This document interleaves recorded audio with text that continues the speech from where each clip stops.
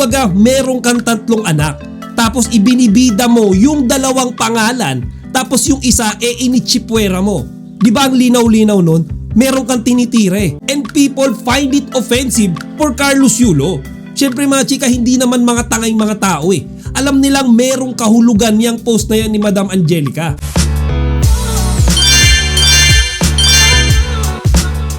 Magandang araw mga kachika, Rigel po ulit ang inyong Chika Patrol. Bago tayo magsimula mga kachika, inaanyayahan ko muna kayo mag-subscribe dito sa ating munting channel para palagi kayo updated sa mga latest at nagte-trending ng mga showbiz balita. Pinagpipiestahan na naman ngayon ng mga netizens si Angelica Yulo, ang ina ni Carlos Yulo, dahil sa kanyang muling pagbabalik matapos ang matagal na pananahimik sa social media. Nitong mga nakaraang araw kasi ay kapansin-pansin na sunod-sunod ang mga Facebook post neto ni Madam Angelica.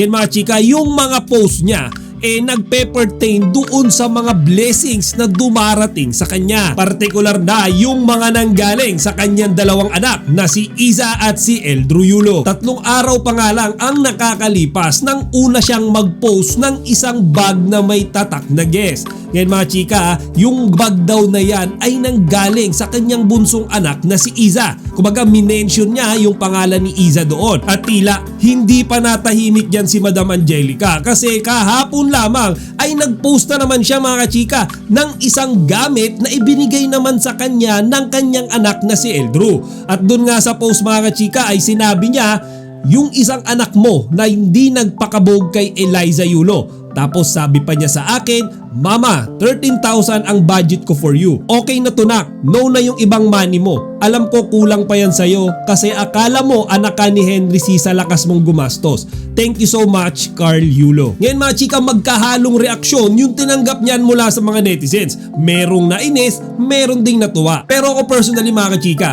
I don't see anything bad dito sa ginawang pagpo-post na ito ni Angelica Yulo. Lalo na at nagpapasalamat lang naman siya doon sa mga binigay sa kanya nung kanyang mga anak. Which is actually a normal thing for a mother to do, yung magpasalamat. Pero mga chika, hindi pa tayo tapos may pero pa tayo Nung moment na nag-specify pa ng mga pangalan dyan si Angelica Yulo. Kasi minention and worse tinag niya pa yung kanyang 2 anak na si Iza at si Carl Yulo doon sa mga post na yan. So ibang usapan na yan mga chika. Ibig sabihin yung moment na ini-enumerate mo yung mga pangalan ng anak mo, there's something wrong with that post na. Kasi meron ka ng indirectly tinitira, indirectly binabanatan. Kumbaga meron kang 3 anak, tapos ibinibida mo yung 2 pangalan, tapos yung isa initsipwera mo. Di ba ang linaw-linaw nun? Meron kang tinitire. And people find it offensive for Carlos Yulo. Siyempre mga chika, hindi naman mga tangay mga tao Alam nilang merong kahulugan yung post na yan ni Madam Angelica. Lalo na at bukod pa nga dyan ay marami pa siyang mga history ng indirect na patutsada kay Kaloy. Ngayon mga chika, sinuri ko mabuti kung bakit nga ba biglang umingay etong si Madam Angelica ulit sa social media. Bakit bigla niya tong ginawa kahit si Kaloy naman nananahimik na? Ngayon eto mga chika, hindi ko sure kung napansin nyo and hindi ko rin sinasabi na sigurado ako. Pero mga chika, natatandaan nyo ba nung mga nakaraang araw na nagtrending yung papa ni Kaloy na si Mark Yulo habang siya ay nanonood nung pumaparada si Kaloy sa Maynila? Di ba mga chika, nakita natin doon yung ama ni Kaloy na kumakaway, sigaw ng sigaw, nagtatatalon habang yung anak niya naman tinitignan siya from the float. So mga chika, hindi ko naman masasabi na binasto siya dyan ni Kaloy kasi yung moment na sumaludo sa kanya si Carlos Yulo from above the float, makikita natin na meron siyang respect, may sign of respect. So yun pa lang mga kachika, malaking bagay na yun. So after nga nung parade na yun mga kachika, nag-post si Kaloy sa kanyang social media account. Ngayon mga chika, ito yung exact na sinabi niya. Maraming salamat pa. Masaya ako nakita kita doon, nakasuporta. Pasensya na pa, hindi ako masyadong nakakaway. Ang daming nagpapa-autograph, hehe. Kita-kits soon pa, Mark Andrew Yulo. So mga chika, di ba kapansin-pansin dyan na yung minention lang ni Carlos Yulo sa post niya na yan yung pangalan ng kanyang ama. So hindi niya minention si Angelica Yulo, yung kanyang mga kapatid or any member of the family. Yung kanyang ama, which from the first place yun lang naman talaga yung kapamilya niya na nanood sa kanya roon, yung sumuporta. And it's a bit odd na nag-post nga ng ganyan si Kaloy tapos nag-drop siya ng isang pangalan lang.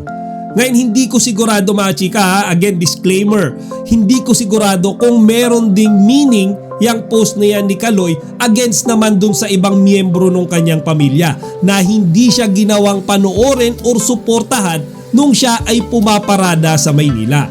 So feeling ko mga chika, yung post na yan na kumbaga ang minention lang ni Kaloy yung papa niya, feeling ko mga chika, iyan yung nag-trigger. Kasi the next day mga kachika, tsaka na nag-post etong si Angelica Yulo nung mga gift mula sa kanyang mga ibang anak Yan yung nag-trigger kay Angelica Yulo.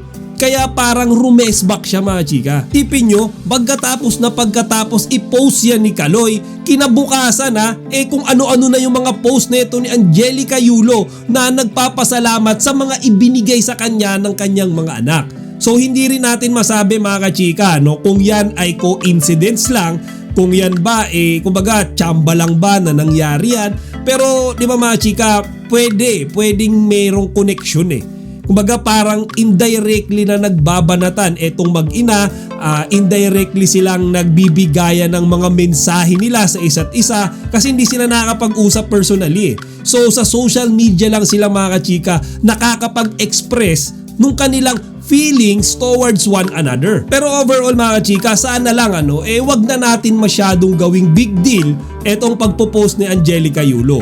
Oo, siguro meron siyang hatred, meron siyang konting patutsyada dito sa anak na si Kaloy kasi hindi niya nga minention yung pangalan Kumbaga minention niya lang yung pangalan ng dalawa niyang anak na nandoon kasama niya na nagbigay sa kanya.